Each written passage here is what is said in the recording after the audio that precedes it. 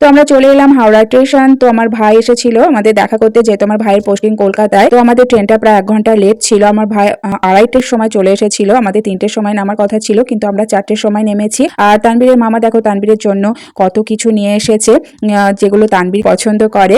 এর মধ্যে অনেক কিছু রয়েছিল, লোটো চকোপাই, চিপস, চকলেট, বিস্কিট, অনেক কিছুই ছিল। আমরা একটা ভালো জায়গা দেখে বসে পড়েছিলাম, কারণ আমাদের ঝাঁসি যাওয়ার ট্রেনটা ছিল 5:45-এ। তো আমরা অনেকক্ষণ বসেছিলাম, প্রায় 1.5 ঘন্টার মতো বসেছিলাম। আর চিহাকে দেখো মামার কোলে ঘুমিয়ে পড়েছে। মামার কোলে থাকতে খুব ভালোবাসে, যখনই কোলে নেয় ও ঘুমিয়ে যায়, একদম চুপচাপ থাকে। তো এই ফাঁকে আমি কিছু ভিডিও করে নিয়েছিলাম, কারণ শ্রেয়াকে কোলে নিয়ে একদমই ভিডিও করা যায় না। তানবীরের পাপা গিয়েছিল কিছু খাবার কিনতে, চিকেন এগ রোল এনেছিল, কফি এনেছিল। তো ওইগুলো আমরা খেয়ে নিলাম, তারপরে ট্রেনে উঠে পড়েছিলাম।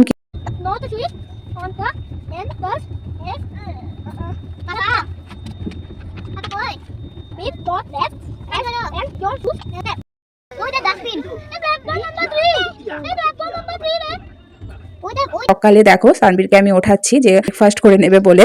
এসে যাওয়ার ট্রেনটাও কিন্তু পুরো 1 ঘন্টা লেট ছিল, ওখানেও আমাদের প্রায় অনেকটাই লেট হয়ে গিয়েছিল। তো একদম দুপুর, এটা হলো দুপুরের টাইমে, মানে ওই 2টো থেকে 2:30 হবে। আমি একটুখানি পুরোটা ভিডিও করে নিয়েছি। তো চলো টাটা, দেখা হচ্ছে অন্য কোনো ফটো বা ভিডিও নিয়ে। তো তোমরা সবাই ভালো থেকো, সুস্থ থেকো। আর আমার ভিডিও যদি তোমাদের ভালো লেগে থাকে তাহলে সাবস্ক্রাইব করতে পারো, পেজটা ফলো দিতে একদমই ভুলবে না। তো বাই বাই।